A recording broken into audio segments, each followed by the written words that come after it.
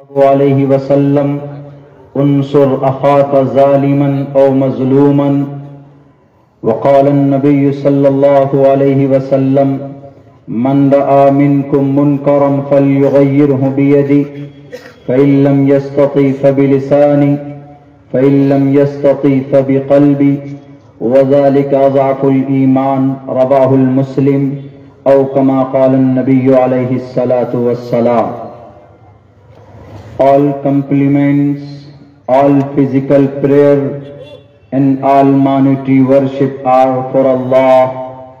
Peace be upon you, O Prophet, and Allah's mercy and blessings. Peace be upon us and righteous slaves of Allah subhanahu wa ta'ala. I bear witness that no one is worthy except of Allah subhanahu wa ta'ala. In the name of Allah, the most gracious, the most merciful. O my Lord, expand me my breast, it is my task for me. Remove the impediment from my speech, so they may understand what I say. Om Namaha Bhagavate Vasudevaya Vishveshwara Adi Purush Aparampara Alleka Purushya Namaha. Rudruvo Giriva Ashraita Pishacha Ava Brahmadu Vishojahi Tuvam Turyatarushataha. Om Sahnavavatu Sahno Bhunaktu Sahviryam Karmamahe Tejasvanavadi Davastuma Viddishavahe. Brahmanantamanadi Vishwakurdajam Satyam Param Shasvatam Vidya Yassa Sanatani Nigam Virdai.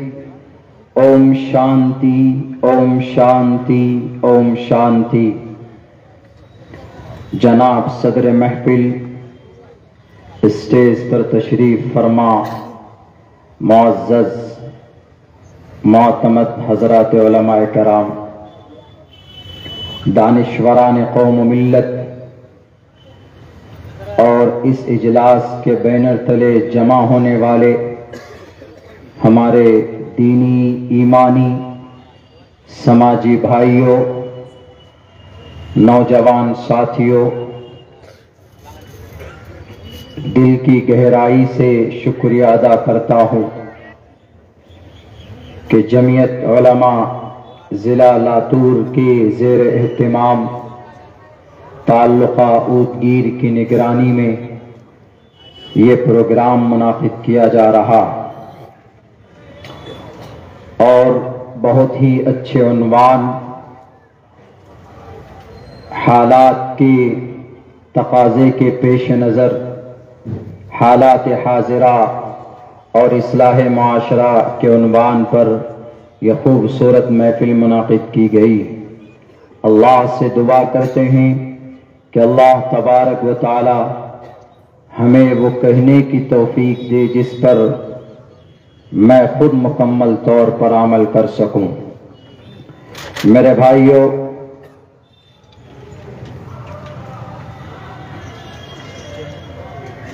جس banner تلے یہ programme منعقد کیا جا رہا ہے، جمعیت علماء، میں اپنی تقریر کو 3 حصوں میں بانٹنا چاہوں گا۔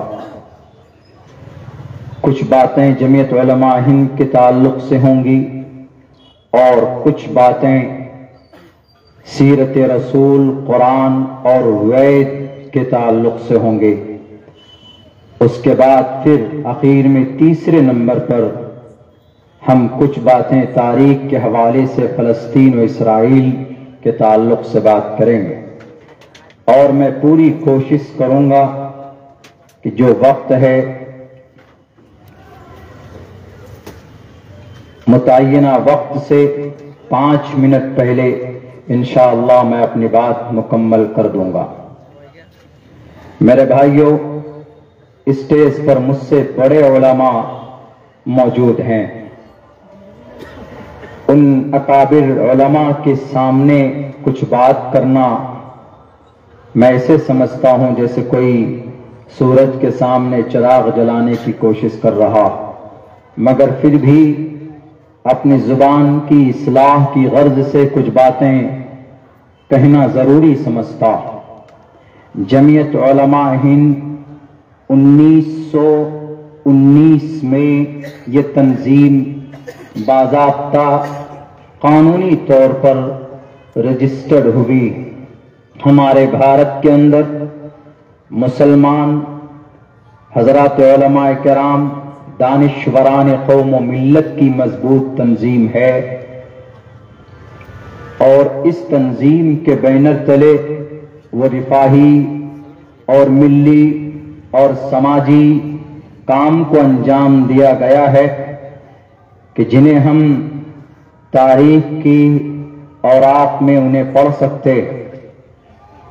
بہت سے لوگ اعتراض کرتے ہیں، ایلیگیشنز لگاتے ہیں، ان کو یا تو معلوم نہیں ہے یا صرف جہالت کی وجہ سے یا عداوت کی وجہ سے بدنام کرتے ہیں۔ جس سن میں، جس سال میں یہ تنظیم قانونی طور پر رجسٹر ہوئی، یہ جماعت، اس وقت بھارت کے اندر ایک بہت بڑا انگریز کے ذریعے سے ایک گھٹنا پیدا کیا گیا تھا، جلیانوالہ باغ۔ اس میں کئی سو ہمارے بھارتی، خصوصاً ہمارے مسلمان، اس دیش کو آزاد کرانے میں قربان ہو گئے تھے۔ آج ہم خود اس تنظیم کے بارے میں نہیں جانتے۔ آج بھی عموماً جہاں پر ناجائز مقدمات میں ہمارے نوجوانوں پر کیسز ہوتے ہیں، وہاں یہ تنظیم پہنچ کر ان کو جیل سے قانونی لڑائی لڑ کر وہاں سے ان کو بری کرتے۔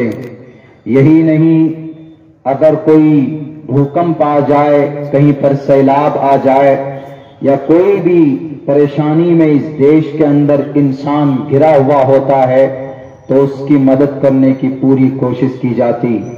میں نے لفظ انسان استعمال کیا۔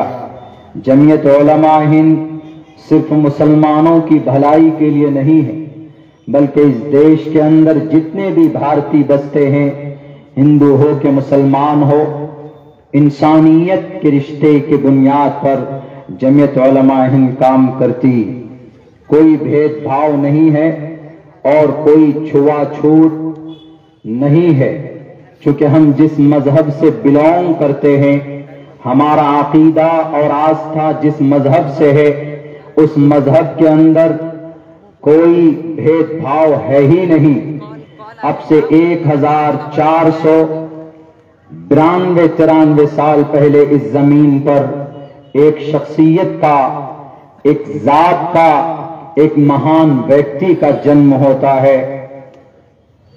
ان کے ذریعے سے جو بھید بھاؤ کی ایک بہت بڑی اور بری بیماری تھی سماج میں، وہ چیزیں دور کی گئی، ختم کی گئی، اور ان کا نام آخری نبی محمد الرسول اللہ صلی اللہ علیہ وسلم، آپ علیہ السلام نے غلاموں کو، بد شکل انسانوں کو، کمزور مالی اعتبار سے بہت ہی زیادہ کمزور انسانوں کو قریب کیا، اور دنیا کو یہ پیغام دیا کہ دنیا والوں، انسانوں سے محبت کرنا، ان سے نفرت مت کرنا۔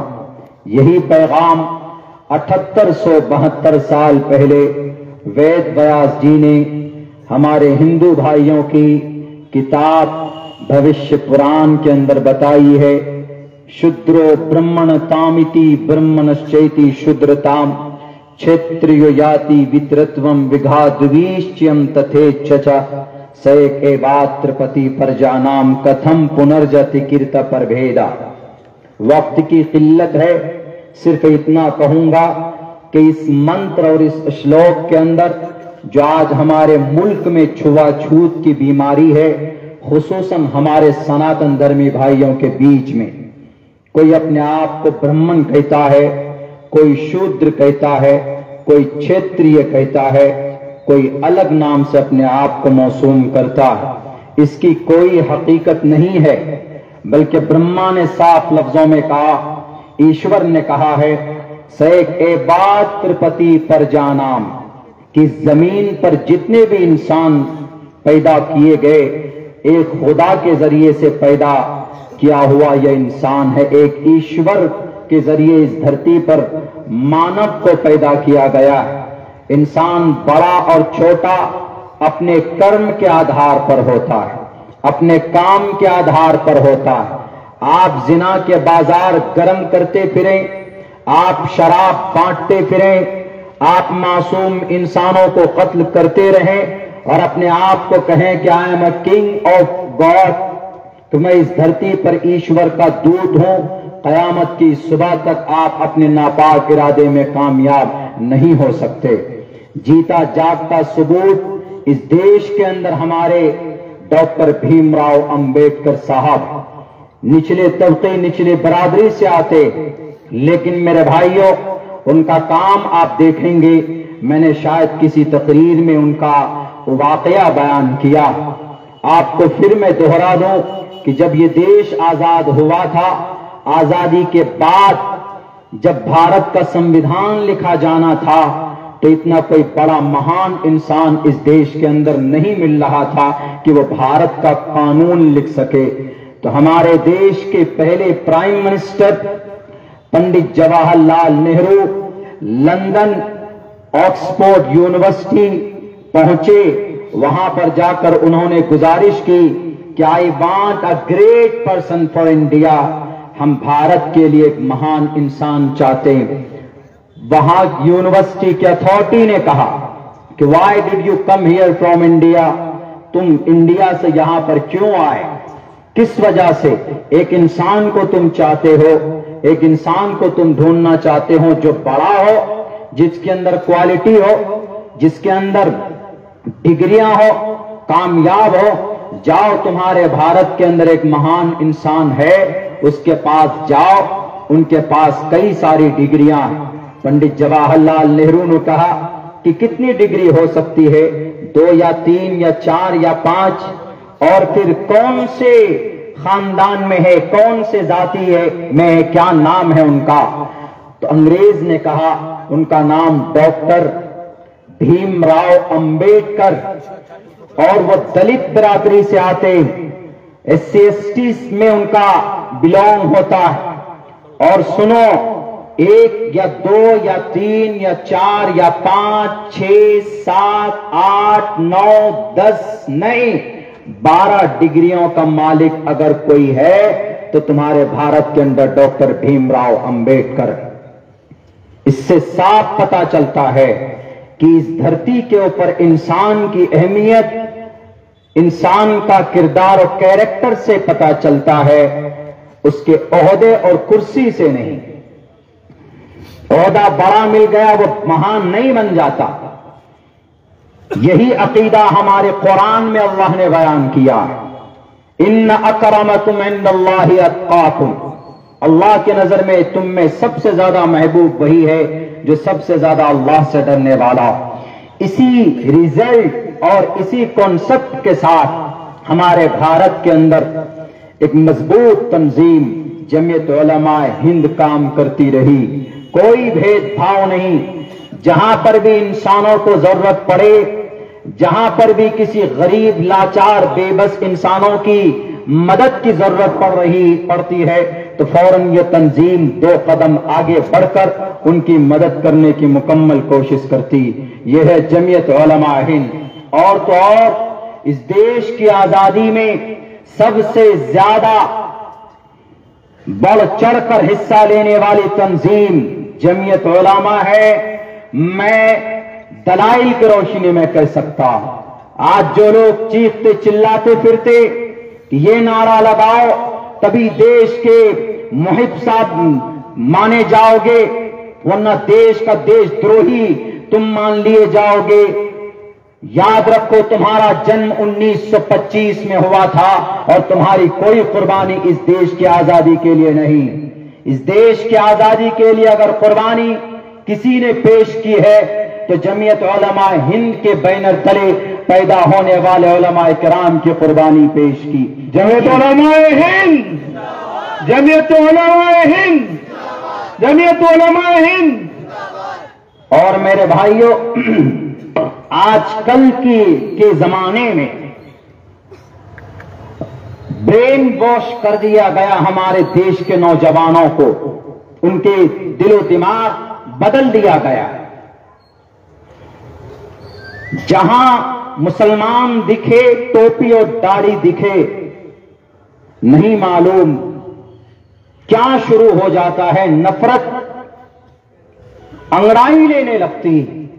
حالانکہ ایسا ہمارا اس دیش کا کلچر اور اس دیش کی تہذیب نہیں تھی.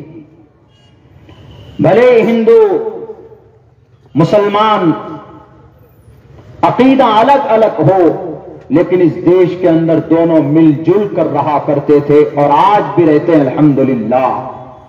کچھ لوگ ہیں جو انگلیوں میں گنے جا سکتے.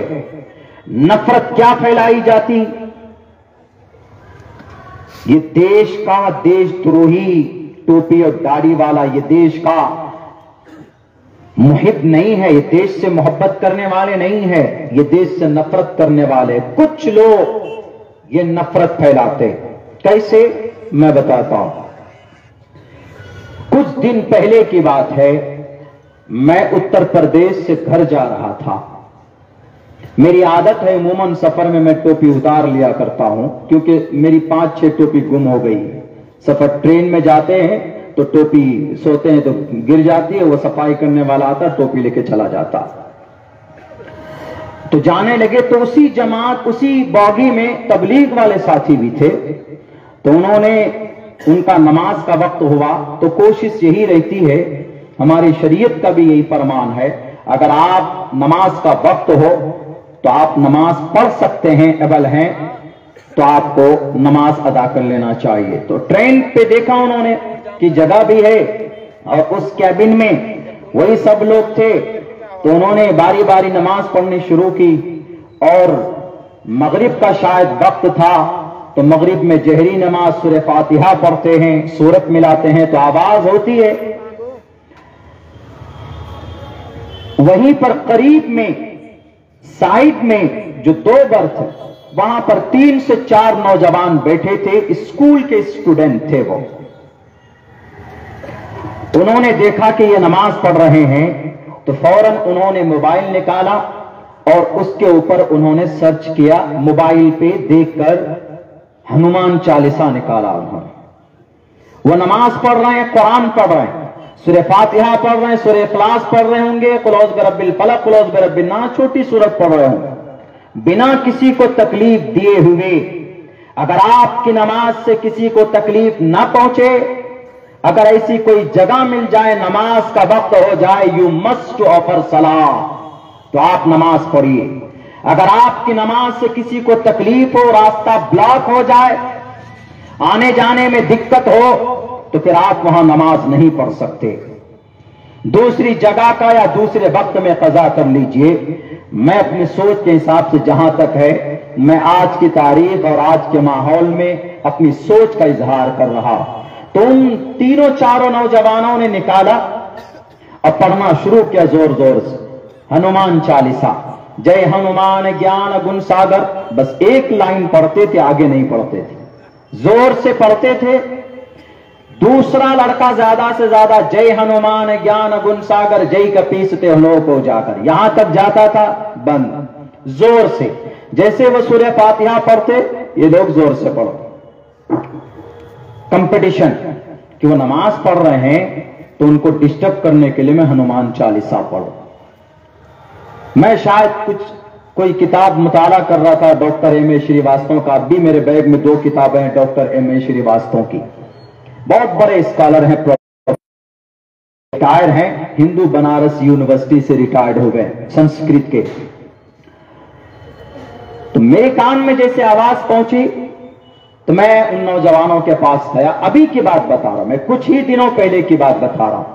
میں ان کے پاس پہنچا، ہم نے کہا کہ کیا پڑھ رہے ہو؟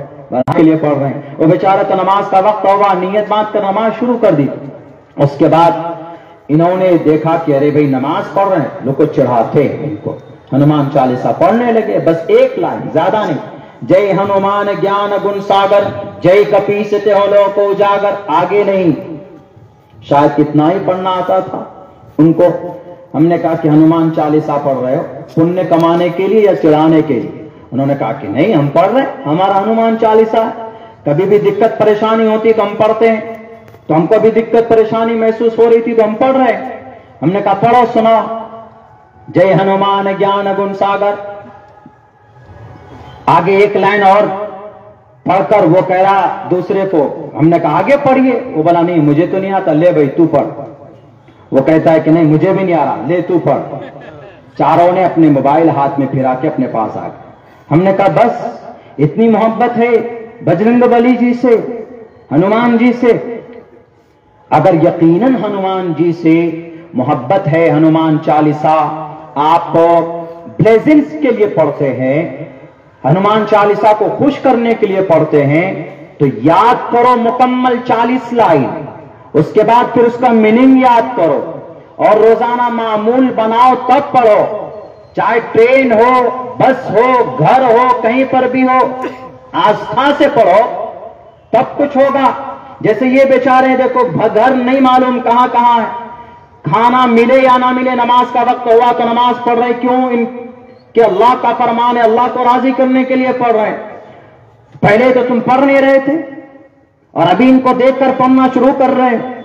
بولا کیا ہم تو آزاد ہیں مولانا، پڑھ سکتے، کہیں پر بھی پڑھیں گے، کبھی بھی پڑھیں گے، ہمارا من میں وہ ہم پڑھ رہے ہیں۔ ہم نے کہا پڑھو، جے ہنومان گیان گن ساگر جے کپیستے ہو کو جاگر۔ ہم نے کہا آگے ہم بتاتے ہیں آپ کو، جے ہنومان گیان گن ساگر جے کپیستے ہو کو اجاگر، رام دوت اتلت بلداما انجنی پتر پون ست ناما، کنچن برن براج سبیشا کانن کنڈل کنچت کیشا۔ وہ اب موبائل کو چھوڑ کر میرے منہ کو دیکھنے لگ گئے۔ ہم نے کہا کہ میں I remembered by heart your Hanuman Chalisa Lahore, I can explain, میں تمہیں بتا سکتا ہوں، میں تمہیں سمجھا سکتا ہوں کہ اس میں کیا کہا گیا ہے، اچھی باتیں کہی گئی ہے، لیکن تمہیں پتا جے ہنومان گیان گن ساگر، چلو اس کا تو بتا دو گے، جے ہنومان گیان گن ساگر جے کپیستے ہو لوگ اجاگر، بتاؤ اس کا مطلب کیا ہے؟ کپیستے ہو لوگ، بتاؤ تے ہو لوگ کا کیا مطلب، اجاگر کیا مطلب بتا پاؤ؟ سر نیچے کر لیے، نہیں بھائی صاحب ہم تو نہیں بتا سکتے۔ ہم نے کہا میں بتاتا ہوں تمہیں اس کا کیا مطلب ہے، کیا ارتھ ہے۔ تب ہم نے ان کو بتایا، ہنسنے لگے سب، بولا نہیں مولانا ہم لوگ تو ویسے مذاق کر رہے تھے، ہمارا ایک دوست، دیکھیے ہمارا ایک دوست ہے، وہی آ کے بولتا ہے کہ جہاں پر بھی دیکھو یہ قرآن پڑھتے ہوئے ملے یا اذان پڑھتے ہوئے ملے تو وہاں ہنومان چالیسا شروع کر دو، اور ہنومان چالیسا امی ابا پڑھتے ہمیں یاد نہیں ہے۔ ہم نے کہا کہ یہی نفرت ہے۔ ہم نے کہا کہ کون سی کتاب کو مانتے ہو؟ بولا شریمد بھگوت گیتا۔ ہم نے کہا پہلا منتر بتاؤ کیا؟ شریمد بھگوت گیتا۔ بولا نہیں معلوم۔ ہم نے کہا کہ دیکھو دھرم چھیترے کروچھیترے سمویتا یوتسوا مامکا پانڈوا چ کم کروت سنجیا، پہلا منتر ہے۔ ان کا اور وشواس بڑھا، مولانا صاحب ہماری کتابوں کے بارے میں زیادہ جانتے۔ ہم نے کہا کہ آپ کی کتاب میں محترم جوانوں کہیں پر بھی جو آج جو سکھایا جا رہا ہے نا آپ لوگوں کو، وہ جو آپ کا دوست ہے وہ آپ کو غلط سمجھا رہا اور سکھا رہا۔ انہوں نے کہا کہ مولانا یہاں تک ہمیں بتایا گیا ہے، یہاں تک ہمیں بتایا جاتا، برین واش کیا جاتا ہے ہمارے دوستوں کے ذریعے کہ ان کے مدرسوں میں جو قرآن پڑھایا جاتا ہے پورا پھرا نکالتا ہے۔ دیکھیے قرآن، آپ کے قرآن کریم کے اندر یہ آیت ہے، اس کا یہ مطلب ہے، یہ آیت ہے، اس کا یہ مطلب ہے۔ وہ کہتا ہے دیکھیے آپ کے قرآن میں ہے کلو، 7 لفظوں میں آپ کے قرآن کریم کے اندر یہ کہا گیا فَكُلُوا مِمَّا غَنِمْتُمْ، لوٹو اور کھاؤ۔ غلط ترجمہ غلط ہے، لیکن وہ کیا لکھا ہوا ہے؟ فَكُلُوا مِمَّا غَنِمْتُمْ۔ دیکھیے آپ کے قرآن میں لکھا ہوا ہے لوٹو اور کھاؤ، اور اس میں الگ سے جوڑ دیا کہ ہندو کے مال کو لوٹو اور کھاؤ اپنے طرف سے. وہ کہہ رہا مولانا ایک آیت ہے نیچے پڑھتا ہے, دیکھیے نیچے ہے وَأَعِدُّوا لَهُم مَّا اسْتَطَعْتُم مِّن قُوَّةٍ وَمِن رِّبَاطِ الْخَيْلِ, اور جہاد کے لیے لڑنے کے لیے ہتھیار تیار رکھو. بھارت کے اندر ہندوؤں سے آپ کے قرآن میں لکھا ہے. ہم نے کہا کہ بھئی یہ تو بالکل غلط ٹرانسلیشن ہے. وہ کہتا ہے کہ نہیں مولانا, آپ کے مدرسے میں یہی پڑھایا جاتا ہے نا. اور آپ سن لیجئے, آپ کے مدارس جہاں جہاں قرآن پڑھایا جاتا ہے, ہمارے دل و دماغ میں نہیں, ہمارے جو وہ دوست ہیں وہ ہمیں بتاتے ہیں کہ ان مدرسوں کو ہم وقتاً فوقتاً ہم ان کو مٹا دیں گے, توڑ دیں گے, ختم کر دیں گے. ہم نے ان سے کہا کہ یہ تمہاری نادانی, ان مدرسوں کے اندر قرآن پڑھایا جاتا ہے, لیکن قرآن کریم کی آیت کا جو مطلب تم پیش کر رہے ہو وہ صحیح نہیں ہے. قرآن کریم کو اگر نہ صحیح, قرآن کریم کو عربی ہے نہیں سمجھنا چاہتے کہ نہیں Quran and this book for only Muslim community, کہ یہ قرآن صرف مسلمانوں کے لیے ہے, تو ہم نے کہا کہ چھوڑو, قرآن پڑھنا چھوڑ دو. آپ یہ جروید اٹھا کر دیکھو, جو آیتیں جن آیتوں پر آپ کو الیگیشنز ہیں ان سے بھی زیادہ سخت الفاظ میں جروید کے اندر آپ کے ایشور پرماتما جن پر آپ کا آستھا اور آپ کا عقیدہ, ان میں وہ باتیں کہی گئی. اپنے دوست کی بات پر مت اڑو اور اپنے دوست کی باتوں پر مدرسوں کو مت جلاؤ. وہ بولتا مولانا آپ کو شاید معلوم نہیں, آپ کے بہار کے اندر کئی مدرسے جلائے گئے. ان مدرسوں کو جلانے کے پیچھے یہی سازش کام کر رہی تھی کہ ان مدرسوں کے اندر قرآن پڑھایا جاتا ہے, اسی لیے ہم مدرسوں کے اندر مدرسوں کو جلا دیں گے, مدرسوں کو توڑ دیں گے, مینارے کو توڑ دیں گے تاکہ ڈر پیدا ہو اور پھر کوئی مدرسے کے اندر تعلیم حاصل کرنے کے لیے کوئی بچہ نہ جائے اور کوئی ایمان والا اپنے بچے کو نہ ڈالے. یہ ہمارا لکشیہ ہے. ہم نے کہا کہ تم شاید بھول رہے ہو, اگر یہ مدرسہ نہ ہوتا تو آج جس آزادی کے ساتھ ہم اس ملک میں سانس لے رہے ہیں, آج وہ آزادی تمہیں نصیب نہیں ہوتی.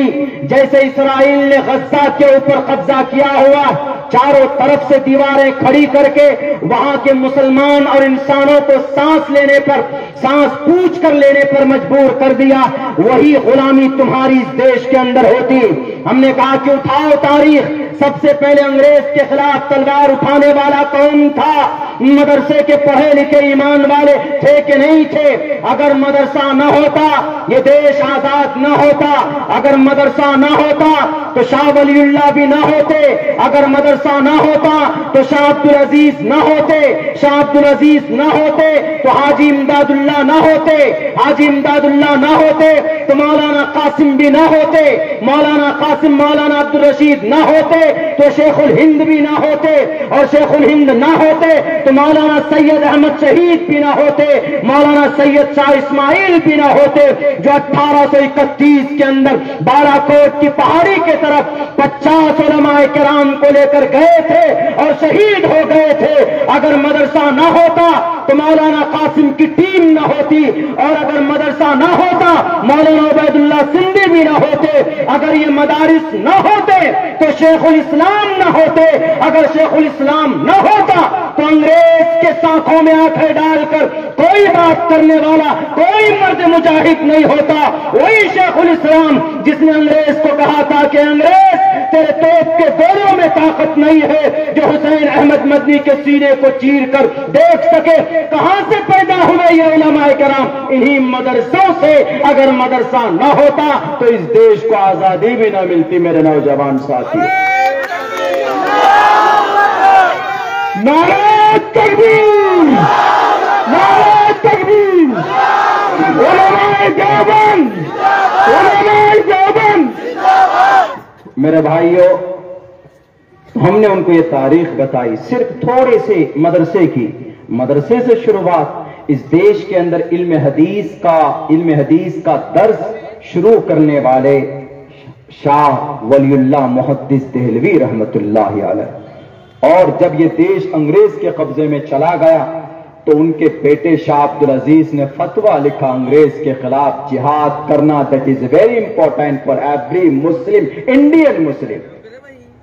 بتاؤ ان نفرت پرستوں کو جنہیں شک ہے ہمارے وطن پرستی پر، کہ آج بھی تاریخ کے اندر لکھی ہوئی ہے یہ بات کہ انگریز کو بھگانے کے لیے سب سے پہلی تحریک شروع کی گئی تھی علماء کرام کے ذریعے سے، تو شاہ عبدالعزیز محدث دہلوی کے ذریعے، اور لڑائی جو شروع کی گئی 1755 میں، تو وہ بھی ایک کلمہ پڑھنے والے، میں ادھر نہیں جانا چاہوں گا اس لیے کہ ادھر کی تاریخ بیان کریں گے تو زیادہ لمبا ہوگا۔ تو انہوں نے کہا کہ مولانا آپ کے قرآن میں یہ آیت ہے، ہم کو اس پہ آپتی۔ ہم نے کہا کہ میں سمجھاتا ہوں پریہ متر، آپ کو کیا آپتی؟ انہوں نے کہا کہ دیکھیں آپ کے قرآن میں کیا لکھا ہے، فَكُلُوا مِمَّا غَنِمْتُمْ، کلو فعل امر ہے، اس کا مطلب کھاؤ۔ اس کے بعد مما غنمتم فعل امر نہیں ہے، یہ ماضی ہے، پاسٹ ہے، اس کا مطلب ہے کھاؤ ان مال میں سے، استعمال کرو ان مالوں کو کہ جو تم کو غنیمت میں حاصل ہوا ہے۔ کیا مطلب ہے اس کا؟ پہلے بادشاہ دو لڑ جاتے تھے آپس میں، جیسے کورو پانڈو لڑ گئے آپس میں، تو ایک ہی جیتیں گے، کورو یا پانڈو۔ سبھی کو معلوم ہے کہ کون جیتے، پانڈو جیتے وہاں پہ۔ جیسے رامائن میں کون، راون ایک طرف رام، تو رام چندر جی جیتے، راون مرا، اور دسہرہ میں راون کا ودھ بھی ہوا، ابھی یہ وہی تہوار بھی چل رہا۔ تو دو بادشاہ میں سے جب لڑائی ہوتی ہے ایک جیتتا ہے، جو جیتتا ہے تو ہارنے والے ٹوٹل بادشاہ کا سارا سامان جیتنے والے کا ہو جاتا، اسی کو بولتے ہیں مما غنیمتم، مال غنیمت، اسی کو بولتے ہیں۔ تو اللہ نے جو قرآن میں بیان کیا ہے، پہلے زمانے میں جنگیں ہوتی تھی، اس زمانے میں جب نبی پاک علیہ السلام تھے تو آپ علیہ الصلوۃ والسلام کو اللہ نے کہا فَكُلُوا مِمَّا غَنِمْتُمْ۔ لوٹنے کا ترجمہ کہیں نہیں ہے کہ لوٹو، کہیں پر فعل امر نہیں ہے، دس از نوٹ آرڈر، کہیں پر آرڈر نہیں ہے۔ فَكُلُوا مِمَّا غَنِمْتُمْ کہیں پر بھی نہیں، لوٹو اور کھاؤ۔ ہم نے کہا کہ اچھا قرآن ہے تو سمجھ میں نہیں آ گیا، یجروید اٹھاؤ۔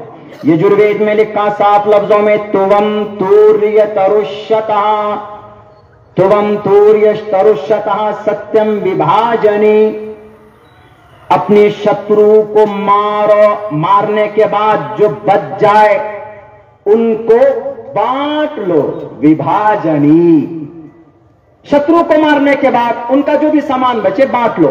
ہم نے کہا کہ یہ یجروید میں موجود ہے، پڑھو، یجروید پڑھو گے تو فَكُلُوا مِمَّا غَنِمْتُمْ کے اوپر جو تم کو اعتراض ہے وہ دور ہو جائے گا۔ انہوں نے کہا اچھا مولانا وَأَعِدُّوا لَهُم مَّا اسْتَطَعْتُم مِّن قُوَّةٍ مِّن رِّبَاطِ الْخَيْلِ، اس میں تو ہے تیاری کرو لڑائی کی، مار کاٹ کی۔ ہم نے کہا غلط۔ بولا کیسے؟ ہم نے کہا دیکھو، اب برہما دویشو جہی، پیارو نام پر جام جہی، تُوَمْ تُوریَتَرُشَّتَهَا رُدْرُوو گِرِیوا اشریت پشاچ۔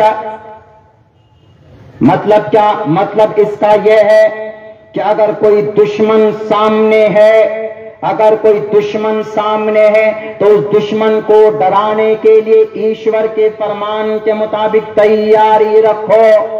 جیسے ہمارے دیش میں پرائم منسٹر صاحب دوسرے ملکوں سے، ایران سے، اسرائیل سے کیا لاتے ہیں؟ فائٹر جیٹ لاتے ہیں، لڑاکو جہاز کیوں لاتے ہیں؟ وہ اس لیے لاتے ہیں تاکہ چائنا آنکھ دکھائے تو ہم بھی لال آنکھ دکھائیں۔ وَأَعِدُّوا لَهُم مَّا اسْتَطَعْتُم کا یہی ترجمہ، وَأَعِدُّوا لَهُم مَّا اسْتَطَعْتُم کی چائنا آنکھ دکھائے تو تم بھی لال آنکھ دکھاؤ، کیوں کہ ہمارے پاس بھی 150 ایٹم بم ہے۔ وَأَعِدُّوا لَهُم مَّا اسْتَطَعْتُم پر تو عمل ہمارے مودی جی بھی کر رہے، ہمارا دیش کا گورنمنٹ کر رہا، کوئی بھی ملک کا سرکار کر سکتا۔ ہم نے کہا یہ ہے، یہی بات کہی گئی ہے یجروید کے اندر صاف لفظوں میں، رُدْرُوو گِرِیوا اشریت پشاچ آبا برہما دویشو جہی۔ اور سنو، برہما کی بات نہ ماننے والے، ایشور کی بات جو نہیں مانتا ہے، اس کو اپنے سماج سے، اس کو اپنے اس کے گردن سے، اس کے سر کو الگ کر دو. جہی برہما اب برہما دویشو جہی، تن سے اس کے سر کو الگ کر دو. ہم نے کہا کہ سمجھنے کا وشے ہے.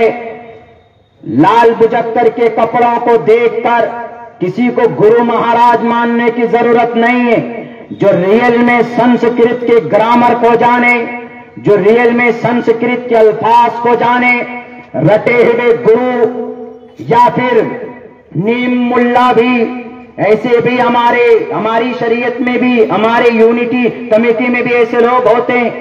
معزز اور مستند اور معتمد علماء کرام وہ ہوتے ہیں جنہوں نے مدرسے کے اندر 8 سال 9 سال تک وہاں کی دال پانی کی طرح دال اور روٹی کھا کر قرآن کریم کی تفاسیر اور نحو صرف کو پڑھا ہو، علم منطق کو پڑھا ہو، تبھی وہ باریک باریک مسائل آپ کو بتا سکتا.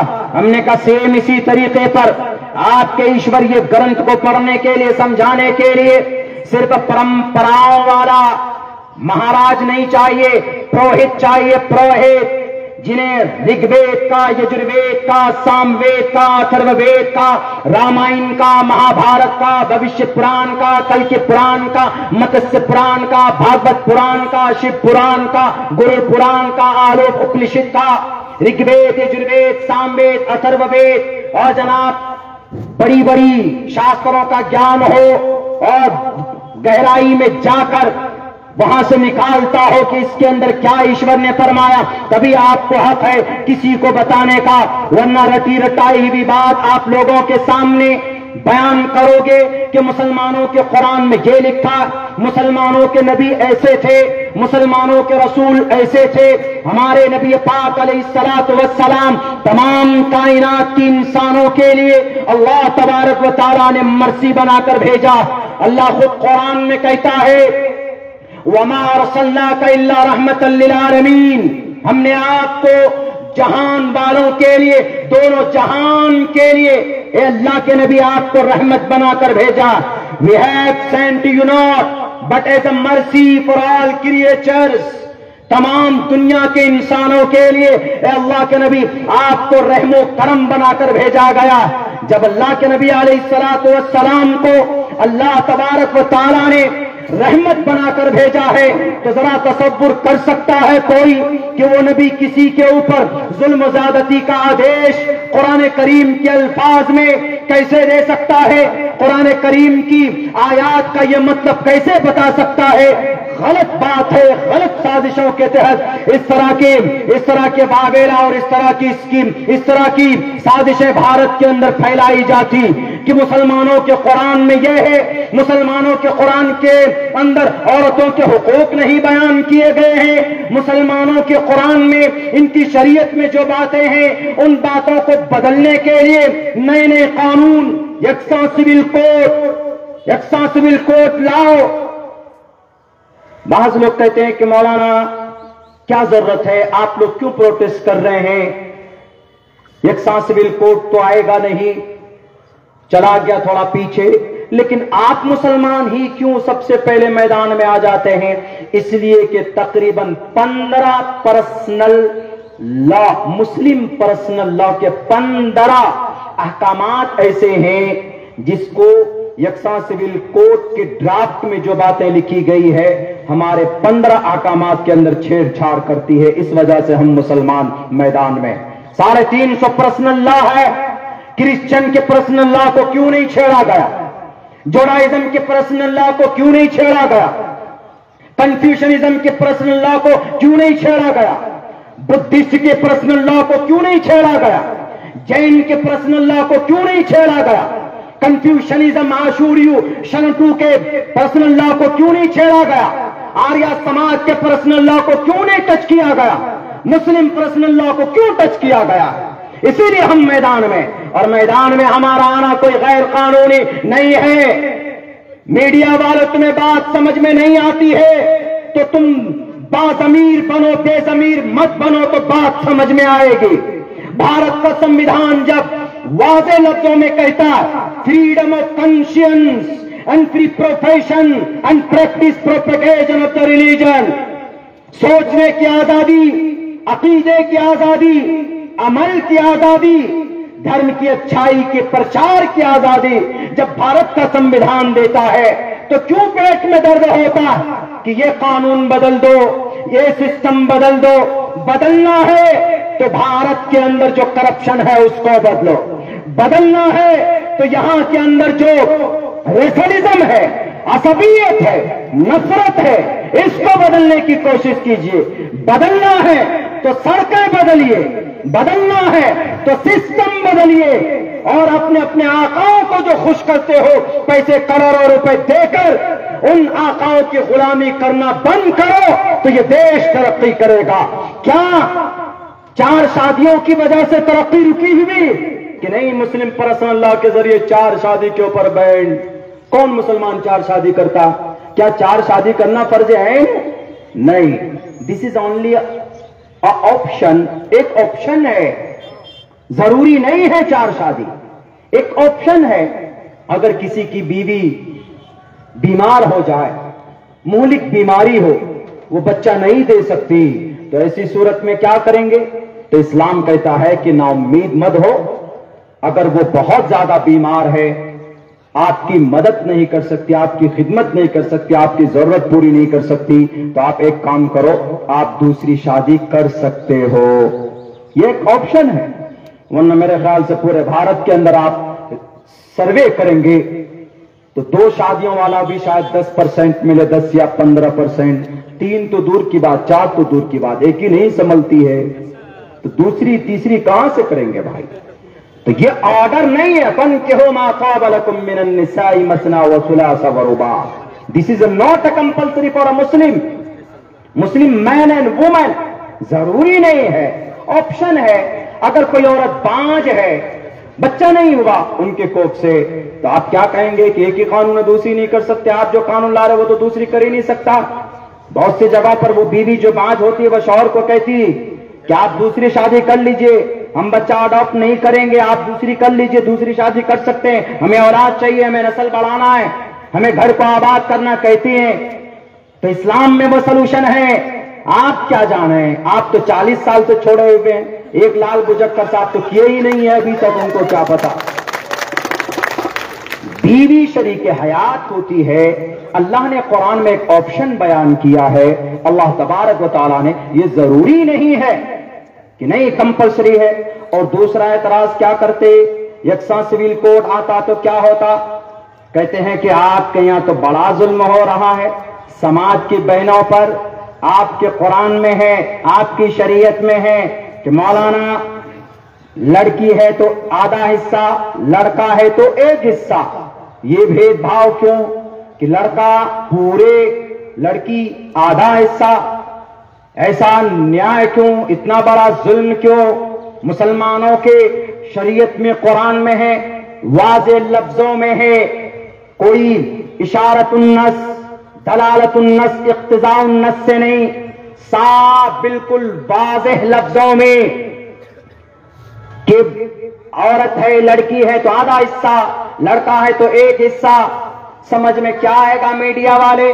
یہ دیکھیے مسلمانوں کی کتاب میں، قرآن میں ہے، لڑکی کو 50%، لڑکے کو 100%، کتنا بڑا ظلم ہو رہا ہے۔ اسی لیے آئے ہیں وہ ایک امدود، اپنی محترمہ کو جو انصاف نہیں دیا، وہ آئے ہمارے مسلم بہنوں کو انصاف دینے کے لیے۔ نہیں چاہیے آپ کا بھی، آپ کو اگر انصاف دینا ہے تو بھارت کے اندر تقریباً کئی لاکھ سماج کی بیٹیاں اپنی عزت بیچتی ہیں، تب جا کر ان کا چولہا جلتا ہے، جنہیں ہم اور آپ طوائف بولتے، جنہیں ہم اور آپ اپنی زبان میں، گندی زبان میں، خراب زبان میں ہم ویشیا بولتے ہیں اور پروسٹیٹیوشن بولتے۔ جاؤ پہلے ان کی مدد کیجئے، ان کے گھر پر چھت دیجئے، ان کو انصاف دیجئے، تبھی آپ بات کیجئے گا۔ اور رہی بات، آپ اللہ کے فرمان کو نہیں بتا سکتے، ان کی حقیقت اور ان کی مصلحت میں سمجھاتا ہوں، میں ایک طالب علم ہوں۔ اللہ تبارک و تعالیٰ نے قرآن کریم کے اندر کہا، قرآن کریم میں صاف لفظوں میں کہا کہ عورت ہے، لڑکی ہے آدھا حصہ، لڑکا ہے تو پورا حصہ۔ کیوں اللہ نے یہ 50%، 100% کا ڈفرینٹ کیوں رکھا؟ اس لیے رکھا ہے لڑکی جب گھر میں رہتی ہے تو باپ کی نگرانی میں رہتی، شادی ہو جائے تو شوہر کے ذمے میں آ جاتی، اس کو کچھ خرچ نہیں کرنا پڑتا، اس کا نان نفقہ شادی کے بعد شوہر اور شادی سے پہلے ماں باپ۔ اب بیچارہ جو لڑکا ہوتا ہے وہ شادی سے پہلے ابا کا بھی اگر انتقال ہو جائے، اگر شادی ہو جاتی ہے تو شادی کے بعد نان نفقہ، بیوی کا نان نفقہ کس پر؟ لڑکے پر۔ ہاسپٹل جانا ہو تو خرچہ کون کرے؟ لڑکا۔ جیل جانا ہو تو وہاں پر جیل کی صعوبتوں کو کون برداشت کرے؟ لڑکا۔ ہر میدان میں خرچ کن کو کرنا پڑتا ہے؟ لڑکے کو کرنا پڑتا، لڑکی کو کرنا نہیں پڑتا کہیں پر بھی۔ اسی لیے اللہ تبارک و تعالیٰ نے کہا کہ جب لڑکے کو ہر جگہ فیس کرنا پڑتا ہے، سارے اخراجات لڑکا برداشت کرے گا، تو اسی لیے اللہ نے کہا کہ بھئی لڑکے کو 100% ملنا چاہیے، پورا حصہ ملنا چاہیے، اور لڑکی کو کہیں پر بھی ضرورت پیش نہیں آتی، اس کا دیکھ بھال، نان نفقہ اس کا شوہر اور اس سے پہلے اس کے ابا، اسی لیے اس کو ہم 50% دے رہے ہیں، آدھا حصہ دے رہے ہیں۔ یہ حکمت ہے میڈیا والوں۔ اگر تمہارے یقیناً ضمیر زندہ ہے تو تم ہمارے ان احکامات کو، ان حکمت کو بیان کرو، لیکن مجھے پکا یقین ہے کہ کبھی بھی تم نہیں کر سکتے۔ کیوں؟ کیونکہ تمہارے یہ جو ڈپلیکیٹ خدا تمہارے سامنے بیٹھے یہ ناراض ہو جائیں گے۔ تم شریعت کو نہیں سمجھ سکتے جس انداز میں شریعت کو ایک عالم دین بیان کر سکتا ہے۔ اور سن لو، جو لوگ بولتے ہیں کہ شریعت کو بیان کرنے والے، نئے نئے فرمان جاری کرنے والے، یہ ملا جی، یہ مولانا صاحب، یہ مفتی صاحب، یہ انہوں نے نیا فتویٰ لایا۔ عالم دین کوئی بھی اپنی طرف سے فتویٰ نافذ نہیں کر سکتا۔ عالم دین تو دور کی بات ہے، اگر ٹوٹل انبیاء بھی مل کر، پوری دنیا کے قاضی القضات، جسٹس آف اسلام بھی مل کر اگر قرآن کریم کے ایک نقطے کو اوپر سے نیچے کرنا چاہے، ایک قبر کو زیر بنانا چاہے تو نہیں بنا سکتے۔ کیوں؟ اللہ نے صاف لفظوں میں کہہ دیا، لا تبدیل لکلمات اللہ۔ تمہاری جو ناپاک سازشیں ہیں کرو، دنیا یاد رکھے گی۔ اگر تبدیلی لانا ہے تو ہمارے بھارت کے سسٹم کے اندر تبدیلی لائیے، ہندو مسلمانوں کے بیچ میں اتحاد و اتفاق کا ماحول پیدا کیجیے، نفرت کی بات مت کیجیے۔ اور رہی بات یہ، بولتے ہیں کہ مسلمان کیوں فلاں فلاں کی حمایت کرتا ہے، مسلمان رہتا ہے اس ملک میں اور حمایت کرتا ہے وہ فلسطین کے مسلمانوں کی۔ ایک بات یاد رکھیے، کوئی بھی مظلوم قوم ہے دنیا میں، اللہ کے نبی علیہ الصلوۃ والسلام نے صاف لفظوں میں کہا، انصر اخاک ظالما او مظلوما۔ ظالم کی مدد کرو، مظلوم کی مدد کرو۔ مظلوم کی مدد، ان کو انصاف ملنا چاہیے، یہ مطالبہ کر کے کرو، اور ظالم کی مدد، جو ظلم کرتا ہے اس کے ہاتھ کو روک کر کے کرو۔ فلسطین میں مسلمان کیا، دنیا کے کسی کونے میں بھی اگر کسی انسانوں پر، کسی ملک کے انسانوں پر اگر اس طرح سے بم برسایا جائے گا تو ہم بھارت نہیں، پوری دنیا کے مسلمان ان مظلوموں کی حمایت کریں گے۔ صرف فلسطین کی کیا بات ہے، ہم فلسطین کی بات اس لیے کرتے ہیں چونکہ ہمارے پرائم منسٹر صاحب نے بھی پوری دوائیاں بھیجی فلسطین کے اندر۔ ہمارے پرائم منسٹر صاحب کو سہانبھوتی پیش کی ابھی انہوں نے۔ وہ الگ بات ہے کہ جناب وہاں کا ہیکنگ ٹیکنالوجی استعمال کرتے ہیں تو اسی لیے سپورٹ کرنا پڑتا ہے کہ نہیں ہم فلاں کے سپورٹ میں ہیں، وہ الگ بات ہے، لیکن انسانیت اسی کا نام ہے۔ کیا گناہ ہے غزہ کے معصوم بچوں کا؟ کیا گناہ ہے؟ انہوں نے کسی پر قبضہ کیا ہے، انہوں نے کسی کو مارا ہے، کسی کو لوٹا ہے؟ اب غزہ فلسطین، ایک طرف غزہ ہے، ایک طرف فلسطین ہے، ایک طرف ویسٹ بینک، غزہ، بیچ میں پوری کی پوری اسرائیل۔ پوچھو اسرائیل کے ان شرابیوں سے، کبابیوں سے کہ تمہاری یہ زمین تمہاری ابا کی ہے کیا؟ وہ کہے گا کہ نہیں، ہمارے ابا کی نہیں۔ تو ناجائز قبضہ کر کے تلواروں کے نوک پر کون بیٹھا ہے؟ یہ اسرائیل بیٹھا ہے۔ میڈیا والے، دنیا والوں کی ہمت نہیں ہوتی ہے کہ اس کو ٹیررسٹ کہتے ہوئے، اگروادی کہتے ہوئے۔ بہت آسان ہے کس کو؟ فلسطین کے ان نوجوانوں کو جو اپنی زمین کی لڑائی کے لیے لڑ رہے ہیں ان کو کہہ دیتے ہیں کہ بھئی فلسطین کے نوجوان ٹیررسٹ ہے، فلسطین کے نوجوان آتنکواد ہے۔ کیوں آتنکواد ہے؟ اس لیے کہ وہ بم برساتے ہیں۔ ارے وہ بم میں مر رہے ہیں۔ پچھلے مہینے سے اس مہینے تک 7 اکتوبر سے لے کر آج تک تقریباً 10,000 معصوم بچوں کے جسم کے چیتڑے بھی جمع نہیں کیے گئے۔ غدار فلسطین کے اندر، اور سب سے بڑا طاقتور کہنے والا یہ امریکہ، یہ ان کے پشت پناہی کر رہا۔ جو مر رہے ہیں اپنی جان کی رکشا کے لیے، اسی کو کہہ رہے تم آتنکواد ہو۔ ہے دنیا کے کسی میڈیا میں طاقت کہ امریکہ کو کہے کہ تم آتنکواد ہو؟ تم نے عراق کے اندر انسانوں کا قتل عام کیا، تم نے افغانستان میں انسانوں کا قتل عام کیا، تم نے سیریا کے اندر انسانوں کا قتل عام کیا، تم نے بوسنیا چیچینیا کے اندر انسان کا قتل عام کیا، لیکن کسی نے ان کو آتنکواد نہیں کہا۔ اب فلسطین کے نوجوان اپنے بچوں کی رکشا کے لیے، اپنی بہن بیٹی کی عزت و آبرو کے لیے اگر وہاں پر سر پہ کفن باندھ کر لڑ رہے ہیں تو ان کو آتنکواد کہتے ہو، ان کو ٹیررسٹ کہتے ہو۔ شرم آنی چاہیے دنیا کے میڈیا والوں۔ یاد رکھو، تاریخ اپنے آپ کو دہراتا۔ وہی وقت آئے گا جب حضرت عمر فاروق نے کہا تھا ان یہودیوں سے کہ یہودی، اللہ کے نبی کا فرمان یاد ہے، ایک وقت آئے گا کہ جب تم اپنی جگہ کو چھوڑ کر بھاگو گے اور جو آج مظلوم ہیں وہ کل چل کر تمہارے اوپر حاوی ہوں گے۔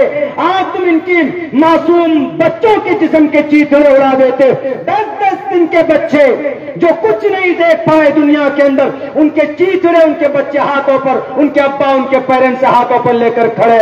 وَلَا تَحْسَبَنَّ اللَّهَ غَافِلًا عَمَّا يَعْمَلُ الظَّالِمُونَ۔ یاد رکھو، جب خون ٹپکتا ہے تو جمتا ہے، اور جب ظلم بڑھتا ہے تو مٹ جاتا ہے۔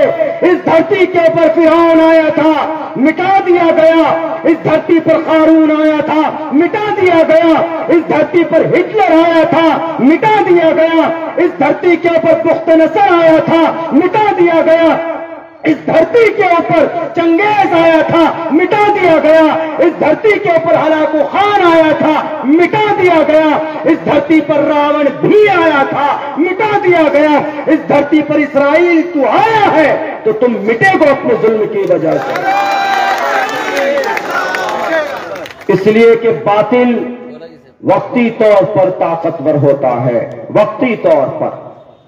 اب جہاں ہاسپٹل میں بچوں کا ایک ہی 2 ہاسپٹل ہے پورے غزہ کے اندر، چاروں طرف سے پتہ بیریکیڈ کر دیا گیا اس اسرائیل کی غزہ کو، اسرائیل کے ذریعے سے 3 اس کے کیا بولتے ہیں بارڈر ہیں، 3 میں سے 2 اسرائیل کے قبضے میں ہیں اور 1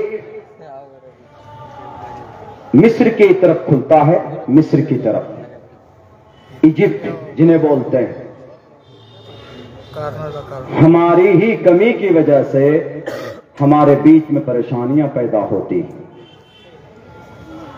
اشارہ سمجھیے گا، جب بھی پریشانی پیدا ہوئی ہے، جب بھی اس قوم کو تکلیف کا سامنا کرنا پڑا ہے، تو بہت سارے میر جعفر میر صادق کی اولاد ہم میں ہوتے، ہم میں۔ اس پروگرام میں بھی پریشانی ہوئی، مولانا نوشاد صاحب کو دقت ہوئی، کوئی اور نہیں تھے، ہمارے ہی بیچ میں کچھ تھے، عتبہ شیبہ ولید حنظلہ مغیرہ کی نسل میں سے شاید، اللہ ان کو ہدایت دے۔ نواب سراج الدولہ شہید ہوئے اپنوں کی غداری کی وجہ سے، اس دیش کا شیر ٹیپو سلطان شہید ہوئے اپنوں کی غداری کی وجہ سے، اور آج جو غزہ اور فلسطین لٹ رہا ہے، 22 عرب کنٹریز ہیں، عرب ممالک ہیں، یہ منہ میں لولی پاپ لیے ہوئے بیٹھے ہوئے، بڑے بڑے بلڈنگ بنا لو، بڑے بڑے برج خلیفہ کروڑوں روپے کا، اگر ان پیسوں سے غریب کی مدد نہ ہو، مظلوم کی مدد نہ ہو، تو عرب کنٹری کے ظالم پتھر دل حکمرانوں یاد رکھنا، فلسطین کے بچوں کی جوتیوں کے انبار بھی تمہارے ان تیلوں سے زیادہ بہتر۔ حشر کے میدان میں یہ بچے سوال کریں گے، مصر کے بارڈر پر غزہ کی عورتیں بچے بھیڑ لگائے ہوئے، مصر والوں کو بارڈر کھولنا تھا، کیا ہم تمہاری مدد کریں گے؟ لیکن مصر کے کٹر دل ظالم بادشاہ کیا کہتا ہے؟ ہم غزہ کے مسلمانوں کو نہیں لے سکتے، کیوں؟ ان کی خود زمین ہے غزہ میں، تو ہم کیوں ان کو لیں؟ ارے وہ زمین ہے، لیکن وہ زمین ان کے لیے جہنم بنا دی گئی ہے۔ کیا تم مسلمان ہو، کلمہ پڑھنے والے ہو؟ المسلم کجسد واحد یاد نہیں ہے کہ مسلمان ایک جسم کا مانند ہے؟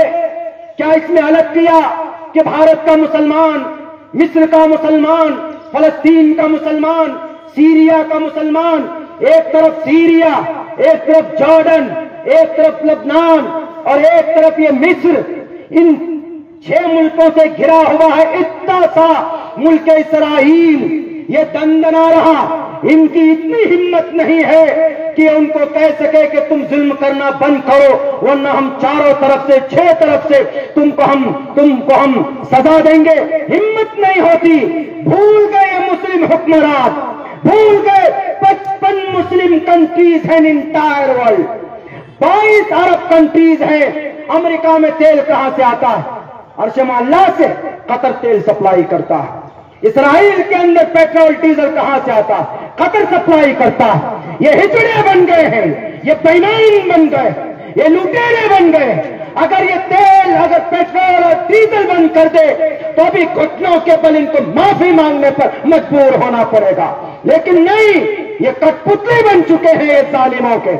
یہ اپنے ایمان کو فراموش کر بیٹھے، یہ صرف نام کے اپنے آپ کو کہتے کہ I am a Sultan, I am a king. یاد کرو اللہ کے نبی علیہ الصلوۃ والسلام کے اس وقت کو جب نبی پاک علیہ الصلوۃ والسلام مکہ المکرمہ کو فتح کرنے کے لیے چلے تھے، آپ نے کسی انسان کے اوپر کوئی ظلم نہیں کیا تھا، لیکن نبی پاک جنگ بہادر بن کر آئے تھے۔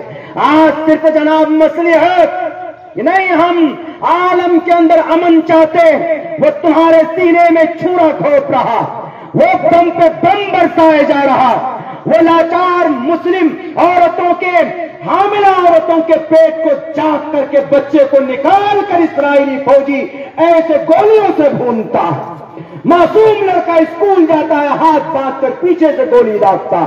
کب آؤ گے، کب جگو گے؟ ان ظالموں کے خلاف کچھ نہیں کر سکتے تو کم سے کم زبانی پروٹیسٹ کرو۔ ارے تم سے بہتر ہے اسرائیل کے وہ یہودی، ایک تنظیم ہے، اس یہودی نے پروٹیسٹ کیا، کہا کہ بھئی یہ ظلم ہو رہا ہے، ہم غزہ اور فلسطین کے مسلمانوں کو نہتے نہیں چھوڑ سکتے۔ یہودی بھی کچھ وہاں پر ان کا دل پسیج گیا ہے اور وہ بھی پروٹیسٹ کر رہے ہیں، لیکن ہمارے مسلم حکمران ایسے ہیں، ایک دم کٹر دل بنے بیٹھے ہیں۔ جناب 2 روپے کا تو وہ ٹویٹ بھی نہیں کر سکتے، اتنے بڑے بے ایمان ہو چکے، اپنے ضمیر کو بیچ چکے۔ ایک چیز اور بتاؤں، 3 منٹ میں بتاتا ہوں، 5 ہی منٹ کا وقت باقی۔ یہودی اتنا مضبوط کیسے ہوا؟ پتا ہے آپ کو؟ دنیا کی سب سے ذلیل اور رذیل قوم کوئی ہے تو یہودی۔ علماء بیٹھے ہیں، میری تصدیق کریں گے، غیر المغضوب علیہم، مغضوب علیہم بالاتفاق تمام مفسرین نے لکھا ہے اس سے یہودی قوم مراد ہے، یعنی جن پر اللہ کا غضب نازل ہوا۔ اور ضربت علیہم الذلۃ والمسکنہ بالاتفاق، عبداللہ ابن عباس نے بھی تصدیق کی ہے کہ اس کا بھی مقصد اور اس کا بھی مطلب اور اس سے مراد یہودی ہی ہیں۔ اچھا سوال ہے، ٹھیک ہے، میں آپ کو یہ فلسفہ بتاؤں کہ یہودی دنیا کی سب سے ذلیل اور رذیل قوم ہونے کے باوجود آج اتنی طاقتور کیسے ہے؟ اتنی طاقتور 1924 تک دنیا کے اوپر مسلم حکمران کی کہیں نہ کہیں حکومت رہی ہے، آج بھی 55 ملکوں میں ہے، 22 میں تو عرب کنٹری میں، لیکن یہ یہودی ہر جگہ سے بھگائے جاتے تھے، مارے جاتے تھے۔ 1941 میں تو ہٹلر نے کئی لاکھ یہودیوں کو مارا۔ غلامی، ذلت، کھانا بدوش کون؟ یہودی۔ لیکن آج پتا ہے، آج صبح سویرے اٹھتے ہیں کولگیٹ یہودی، برش اورل بھی یہودی، بچے کون سے؟ اسنیچر اور ڈیری ملک، کٹ کیٹ یہودی۔ اور جناب بالوں میں ہمارے نوجوان جو سلمان خان والا ہیئر کٹنگ کر کے جو وہ کر لگاتے ہیں، لورل کلر میں، ہیئر کلر میں سب سے مہنگا لورل وہ ہوتا یہودی۔ CNN کون؟ یہودی۔ آئی فون کون؟ یہودی۔ نوکیا کون؟ یہودی۔ موٹرولا کون؟ یہودی۔ سب یہودی۔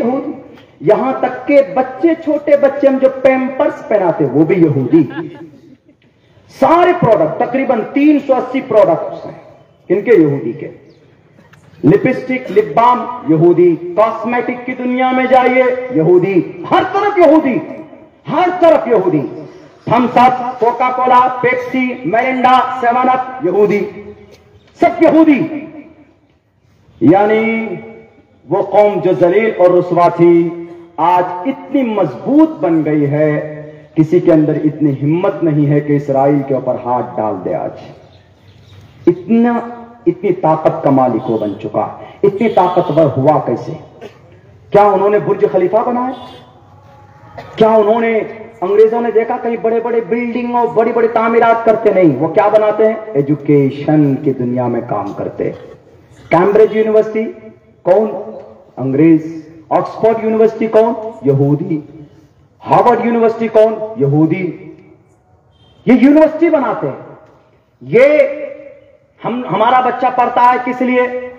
میں اس لیے پڑھ رہا ہوں تاکہ میں انجینئر بن کر نوکری کروں، اچھی بیوی مل جائے، گاڑیاں مل جائے، شادی میں، جہیز میں، بہت ساری باتیں ہو سکتی۔ لیکن یہودی بچے سے واٹ ڈو یو اسٹڈی؟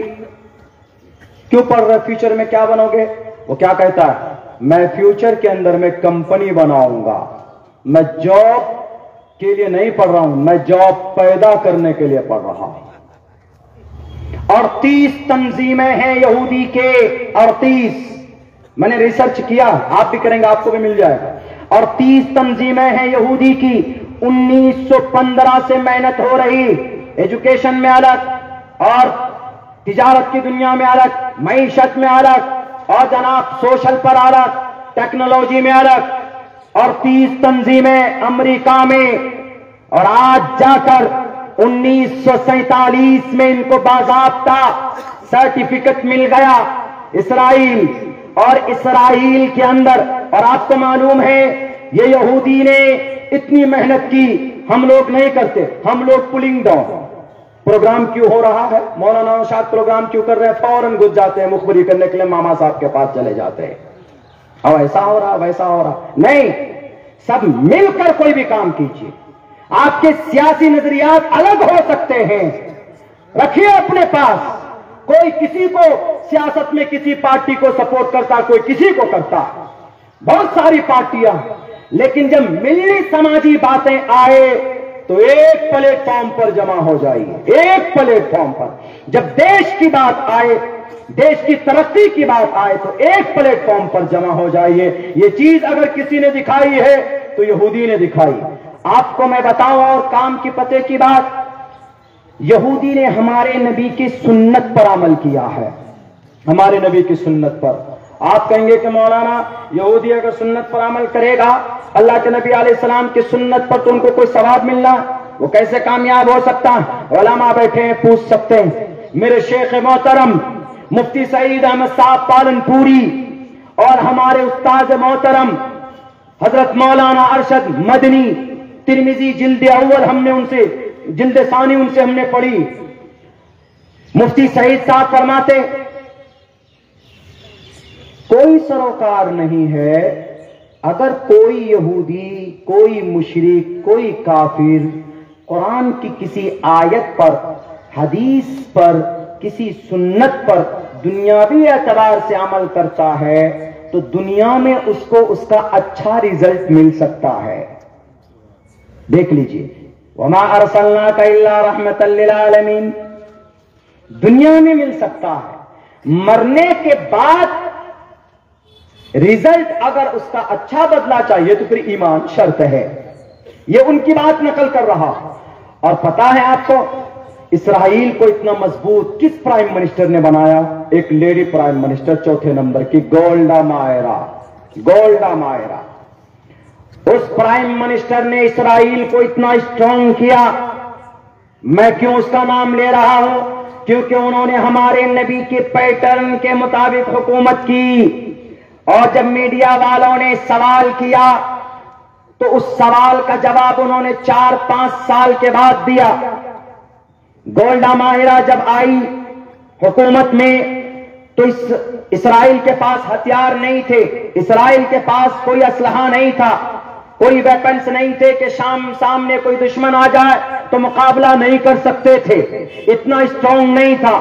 تو گولڈا مائرا آنے کے بعد جو پیسہ، جو فنڈ تھا وہاں کے گورنمنٹ کا، ان پیسوں سے وہ وہاں کے جنتا کا پیٹ کاٹ کاٹ کر، ان کے پیسے لے کر عرب کنٹری سے جتنے بھی تھے، جارڈن آس پاس میں، ایران، عراق اور دوسرے عرب کنٹری میں جہاں جہاں پر بھی تھے، ویپن، اسلحہ ملک کے لیے خریدے. تو وہاں کے اسرائیل کے میڈیا نے کہا کہ اے میڈم پرائم منسٹر، آپ گدی پر بیٹھی ہیں، جو من میں آئے وہی کریں، ایسا نہیں چلے گا. بلکہ سوال کرنا شروع کیا. کہاں اسرائیل کے میڈیا والوں نے گولڈا مائرا سے، جیسے ہمارے اس ملک کے اندر ہمارے میڈیا والے کرتے نہیں، بس صرف پرائم منسٹر صاحب سے، اتر پردیش کے لال بجکر صاحب سے عام کھانے کے بارے میں پوچھتے ہیں، آپ تھکتے کیوں نہیں ہیں یہ پوچھتے ہیں، ریئل باتوں پر سوال نہیں کرتے. لیکن اسرائیل کے میڈیا نے گولڈا مائرا سے سوال کیا اور یوں کہا کہ میڈم، آپ یہاں کے پیسوں کو آپ اس طریقے سے ہتھیار نہیں خرید سکتے، یہاں کی جنتا مر رہی، ان کو پیسوں کی ضرورت ہے، آپ کو پیسہ یہاں خرچ کرنا ہوگا.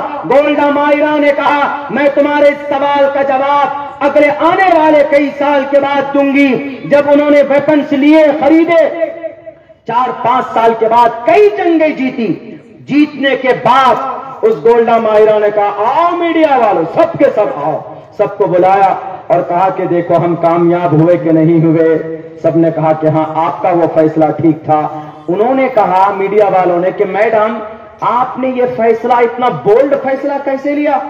غریبی کی سچویشن میں آپ نے ہتھیار خریدے اپنے ملک کے لیے، لیکن ابھی 4 سال کے بعد ہم دیکھیں اتنی بڑی طاقتور ملک بن کر ابھرے ہیں کہ 6 کنٹری کو انہوں نے پانی پلا دیا تھا گولڈا مائرا نے. تو اس وقت اس لیڈی عورت نے کیا کہا، وہ جواب سننے کے لائق. اس نے کہا I used to study in a school. جب میں اسکول میں پڑھ رہی تھی تو اس وقت میں نے ایک لٹریچر پڑھا تھا محمد رسول اللہ کے بارے میں، کہ 23 سال میں محمد نے 27 غزوات میں شامل ہوئے میدان جیت کر لائے. اس کے ساتھ ساتھ ہم نے دیکھا کہ محمد کے پاس 9 تلوار تھی، کپڑے 2 جوڑی بھی نہیں تھے. تو ہم نے یہ اندازہ لگایا کہ جس کے پاس ویپنس ہو دنیا اس سے ڈرتی ہے. ہم نے نبی کی زندگی کو دیکھا کہ 23 سال میں 1.25 لاکھ جانوں کی قربانی پیش کرنے والے صحابہ کو پیدا کیا، اور وہ نبی کہیں ڈرا نہیں، کہیں نہیں ڈرا. اور انہوں نے اگزامپل پیش کیا کہ دیکھو مسلمانوں کے نبی محمد غزوہ حنین میں تنے تنہا کھڑے تھے، ہاتھ میں تلوار تھی، اور پھر نبی نے اعلان کیا تھا انا النبی لا کذب انا ابن عبد المطلب. یہ دیکھو نبی کی زندگی، نبی لیڈر تھے، نبی کے پاس ہاتھ میں تلوار تھی.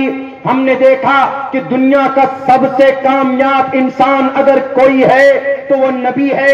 نبی کے طریقے کے مطابق 100% کامیابی ہے. آج اسرائیل کو کامیاب بنانے والا اس کے چوتھے نمبر کی پرائم منسٹر گولڈا ماہرہ بھی ہمارے نبی کی سنت پر طریقے پر چل کر آج اس نے اسرائیل کو اتنا طاقتور بنایا. اور ہمارے عیش پرست جتنے بھی مسلم بادشاہ ہیں سونے چاندی کی گاڑیوں پر بیٹھ کر ایئر کنڈیشن روم میں بیٹھ کر نہ نماز پڑھتے ہیں نہ چہرے پر داڑھی رکھتے ہیں اور نہ غریبوں کی مدد کرتے ہیں نہ ظلم کے خلاف آواز بلند کرتے ہیں. کبھی سنت پر حدیث پر عمل کرو گے انصر اخاک ظالما و مظلوما. مسلم کنٹریز کے پتھر دل حکمرانوں اور ایک بات سن لو دنیا والوں, متحد ہونا ہوگا. اگر آپ متحد ہوں گے تو دنیا آپ کی قدموں میں ہوگی. بھارت کو مضبوط کرنا ہے تو ہندو مسلمانوں کو متحد ہونا ہوگا اور مسلمانوں کو اپنے معاملات اگر حل کروانے ہیں تو سارے مسلمان جتنے بھی مکتبی فکر کے ہیں, دیوبندی, بریلوی, اہل حدیث, تبلیغی جماعت جتنے بھی ہیں, سب کو ایک پلیٹ فارم پر آ کر قانونی اعتبار سے اپنے مسائل کا حل نکلوانا ہوگا. جب آپ متحد ہوتے ہیں تو اس وقت اللہ کی طرف سے مدد آتی ہے. اگر آپ متحد نہیں ہوں گے تو اللہ تبارک و تعالیٰ کی طرف سے آنے والی مدد بھی رک جاتی.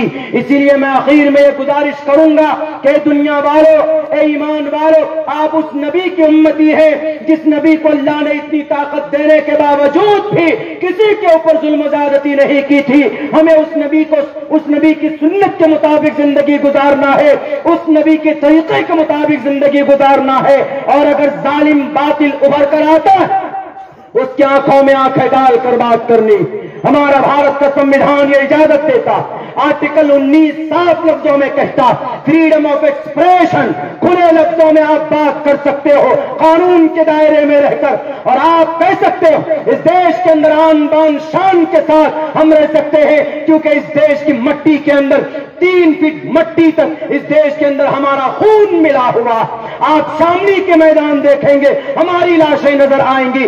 بھارت کے کسی بھی کونے میں جائیں گے تو ایمان اور کلمہ پڑھنے والوں کی خون آپ کو وہاں پر نظر آئے گا. اسی لیے کسی سے ڈرنا نہیں, کسی سے خوف نہیں کھانا, اس دیش کے اندر امن کے ساتھ رہنا. لیکن کوئی ظالم آتا ہے اگر غیر قانونی طور پر بلڈوزر آپ کے مدرسے پر چلتا ہے تو آپ قانونی کارروائی کیجیے اور ان کو کہیے کیا تمہارے پاس بلڈوزر, ہمارے نبی کے پاس جبرائیل امین جیسا بلڈوزر تھا جو زمین پر ہاتھ دے کر قوم لوط کو آسمان پر لے جا کر پٹک دیا تھا. لیکن ہمارے نبی نے کسی مظلوم کے گھر پر بلڈوزر نہیں چلایا, کسی مسجد کے مینارے کو نہیں ڈھایا, کسی مدرسے کو شہید نہیں کیا.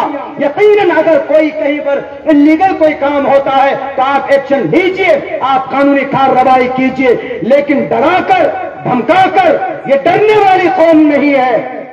یہ کسی کی ڈر سے اپنی آواز خاموش کر لیں, یہ وہ قوم نہیں ہے. ہم نے انگریز سے دیش کو پاک کیا تھا. اگر آج بھی ضرورت پڑے گی اس دیش کو بچانے کے لیے, سنویدھان کو بچانے کے لیے, سڑکوں پر اوپر قانونی کارروائی کے مطالبے کے لیے, تو ہم میدان میں نکلیں گے. انشاءاللہ اس دیش کی حفاظت اور رکشا کریں گے. ہم وہ قوم ہے جو وفادار ہے. اللہ سے دعا کرتا ہوں کہ اللہ تبارک و تعالی ہم تمام مسلمان بھائیوں کو کہنے سننے سے زیادہ عمل کی توفیق عطا فرمائے. ابھی بیٹھے ہوئے دعا ہوگی, حضرت دعا کریں گے اور فلسطین کے مسلمانوں کے لیے دعا ہوگی. آپ سبھی حضرات اطمینان سے بیٹھے. میں ایک ضروری اعلان آپ حضرات کے سامنے کر رہا ہوں. حضرت نے بولے ان فلسطینی بچوں کے واسطہ دے کر آپ کو بول رہا ہوں کہ آنے والی جمعہ کو انشاءاللہ خاموش احتجاج ادگیر میں کیا جائے گا اور جتنے لوگ کوئی راستہ کھلا نہیں رہے گا. اگر آپ حضرات اس کے لیے راضی ہیں تو انشاءاللہ خاموش مورچہ چوبارے سے نکلے گا اور پرانا تحصیل آفس جائے گا. بالکل خاموشی سے سنویدھان کے دائرے میں رکھ کر انشاءاللہ ہم یہ مورچہ نکالیں گے. اگر آپ حضرات راضی ہیں تو ہاتھ اٹھا کر بولیے انشاءاللہ نکالیں گے. فلسطین کے لیے, فلسطین کے مسلمانوں کی حمایت میں مورچہ نکالیں گے. آپ سب حضرات آئیں گے انشاءاللہ.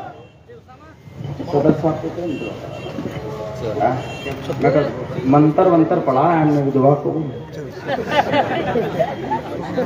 یہاں پر مقامی چند ذمہ داران اور نوجوان احباب کی دلی خواہش اور چاہت ہے وہ یہ کہ آج کے اس اجلاس کے روحی اجلاس مولانا نوشاد احمد قاسمی صاحب کا استقبال نوجوان ٹیم کی جانب سے کیا جا رہا ہے۔ ایسے ہی عزیز پٹیل اور مولانا نوشاد صاحب کا استقبال نوجوان دوست اور احباب کرنے جا رہے ہیں، اور حافظ محی الدین صاحب جو جمعیت علماء کے شہر ادگیر کے صدر ہے وہ، اور مولانا نوشاد صاحب قاسمی، عزیز پٹیل صاحب کا استقبال نوجوان ٹیم کی جانب سے کیا جا رہا ہے۔ ثناء اللہ خان صاحب بھی اس اجلاس کے کامیاب کرنے میں بڑا اہم رول اور کردار ہے۔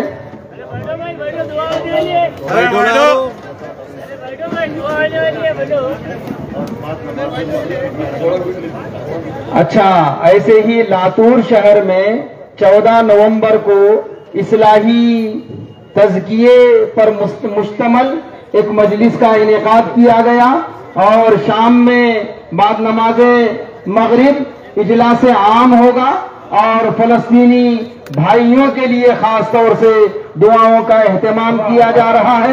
آپ تمام سے گزارش ہے، دعا ہوگی، دعا کے بعد مصافحہ ہوگا حضرت سے۔ آپ بالکل بیٹھے رہیں۔ فلسطین کے مسلمانوں کے لیے ہم نے وعدہ کیا تھا، انشاءاللہ فلسطین کے مسلمانوں کے لیے دعا کی جائے گی، اس کے بعد آپ حضرات جا سکتے ہیں۔ اور دوسری بات، باہر سے جو لوگ ہمارے اس پروگرام میں آئے ہوئے ہیں، سبھی کے باہر سے آنے والے سبھی مہمانوں کا کھانے کا نظم مسجد قریش میں کیا گیا ہے۔ میں مسجد قریش کمیٹی سے میں گزارش کرتا ہوں کہ یہ کھانا کھلانے میں آپ حضرات سپورٹ کریں۔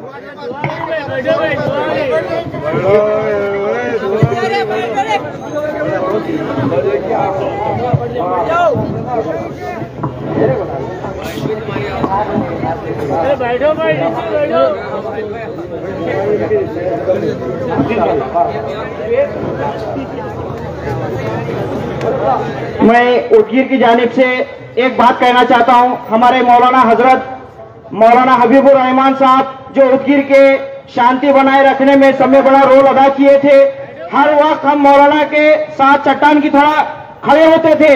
آج وقت ہے، آج نوشاد مولانا جو باتیں بتائی ہیں، ہم نوشاد مولانا ہو چاہے ہمارے ادگیر کے علماء اکرام ہو، ہم ان کے ساتھ چٹان کی طرح ہمیشہ کھڑے رہے، ہم اس کی گواہی دیں۔ سب ہاتھ اوپر کر کے نعرہ لگائے، نعرہ تکبیر! علماء اکرام تم آگے بڑھو! علماء اکرام تم آگے بڑھو! بھائی دعا ہوگی، آپ حضرات بیٹھے، اطمینان سے بیٹھے، دعا ہوگی، حضرت دعا کریں گے۔ پولیس پرشاسن کا بھی ہم شکریہ ادا کرتے ہیں، اور غلط فہمی نہ رکھے اپنے ربنا آتنا في الدنيا حسنة وفي الآخرة حسنة وقنا عذاب النار ربنا ظلمنا أنفسنا وإن لم تغفر لنا وترحمنا لنكونن من الخاسرين لا إله إلا أنت سبحانك إني كنت من الظالمين اللهم إنا نجعلك في نحورهم ونعوذ بك من شرورهم اے اللہ ہمارے صغیرہ کبیرہ گناہوں کو معاف فرما، تمام لغزشوں کو کوتاہیوں کو درگزر فرما۔ اے اللہ جو بھی باتیں کہی گئی ہیں عمل کے لائن سے ان پر 100% عمل کی توفیق عطا فرما۔ یا اللہ جو باتیں بہت دور سے لوگ یہاں پر آئے ہیں، یا اللہ کہنے سننے میں جو بھی کوتاہی ہو گئی ہے اپنے فضل و کرم سے معاف فرما۔ اس محفل کو قبول کرنے میں یا اللہ مالی جانی وقتی اعتبار ان کو قبول فرما، ان سب کے تعاون کو، اس جلسے کو ان کے لیے حشر کے میدان میں ان کے مظلوم آپ سے ملاقات اور آپ سے زیارت کا شرف آپ نے بخشا ہے۔ یا اللہ جہاں آپ نے بلا کر نماز جیسی مبارک عمل آپ نے تحفے میں عطا کیا ہے، یا اللہ اس مبارک جگہ کو یا اللہ ان ظالموں نے قبضہ کیا ہوا ہے، کسی سے امید نہیں لگایا جا سکتا، لیکن یا اللہ تو سب کچھ دیکھ رہا ہے، یا اللہ تو سب کچھ دیکھ رہا ہے۔ یا اللہ وہاں کے مسلمانوں کی عزت و آبرو کی حفاظت فرما، معصوم بچوں کو یا اللہ یتیم ہونے سے بچا لے، یا اللہ وہاں کی عورتوں کو یا اللہ بیوہ ہونے سے بچا لے، یا اللہ وہاں کی بچیوں کی عزت و آبرو کی حفاظت فرما دے۔ یا اللہ پوری دنیا تماشائی بنی بیٹھی ہے، یا اللہ تیرے کلمہ پڑھنے والوں کو گاجر مولی کی طرح کاٹا جا رہا ہے۔ پچھلے 20 دن کے اندر 10,000 کلمہ پڑھنے والوں کو یا اللہ کاٹ کر انہیں ختم کر دیا گیا۔ یا اللہ وہاں کی جو بڑے ادھیکاری ہیں ان کا کہنا ہے کہ تقریباً 5000 سے زیادہ ملبے میں دبی ہوئی لاشیں ہیں صرف۔ اے اللہ رحم و کرم کا معاملہ فرما۔ یا اللہ یقیناً ہمارے اعمال بد کا نتیجہ ہے۔ یا اللہ ہم اس مبارک محفل میں اپنے تمام گناہوں سے توبہ کرتے ہیں، ہمارے گناہوں کی سزا ان معصوم مسلمانوں کو نہ دے۔ یا اللہ غزہ کے معصوم مسلمانوں کو نہ دے۔ یا اللہ ظالم کے قدم سے غزہ اور فلسطین کی سرزمین کو پاک و صاف فرما دے۔ یا اللہ غیبی مدد فرما دے، اور جو عرب حکمران ہیں یا اللہ ان کو شرم و حیا عطا فرما۔ یا اللہ ان کی دل و دماغ کے اندر استقامت دے۔ یا اللہ ان کے ضمیر کو زندہ کر دے۔ یا اللہ کسی طریقے سے غیبی مدد فرما دے۔ یا اللہ رات دن گولوں کی بارش، ہر دن ہر آئے دن نئی نئی خبریں، یا اللہ رحم و کرم کا معاملہ فرما دے۔ یا اللہ رحم و کرم کا معاملہ فرما۔ یا اللہ ہم کچھ نہیں کر سکتے، صرف تم سے گزارش اور دعا کر سکتے ہیں۔ یا اللہ یا اللہ آج بھی تو قادر ہے، مطلق ہے، شیء قدیر ہے۔ یا اللہ تجھ سے بڑی طاقت کا مالک کوئی نہیں، تو پالن ہار ہے۔ یا اللہ تو رب کریم ہے۔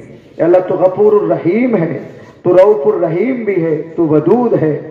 یا اللہ تو جبار بھی ہے۔ یا اللہ صفت جباریت یا اللہ ملک اسرائیل کو دکھا دے، صفت جباریت ملک اسرائیل کو دکھا دے۔ یا اللہ جو لوگ پریشان حال ہیں ان کی پریشانیوں کو دور فرما، جو لوگ بے روزگار ہیں ان کو حلال پاک روزی نصیب فرما۔ یا اللہ اس پروگرام کو کرنے میں جمعیت علماء کی بڑی محنت رہی ہے، پورے شہر کے علماء کی اور سیاسی لیڈران کی، کئی لوگ بڑھ چڑھ کر اس میں یا اللہ لگے ہیں کامیاب کرنے میں، ان سب کے جائز مقاصد میں بھرپور کامیابی عطا فرما۔ ہمارے نوجوانوں کو دینی دنیاوی دونوں اعتبار سے مضبوطی کا یا اللہ ان کو ہمت اور جستجو عطا فرما۔ ہمارے اس محفل کو، ہمارے اس دعا کو نبی پاک علیہ الصلوۃ والسلام کے صدقہ طفیل میں قبول و منظور فرما۔ صلی اللہ تبارک و تعالی علی خیر خلقہ محمد و آلہ و اصحابہ اجمعین برحمتک یا ارحم الراحمین۔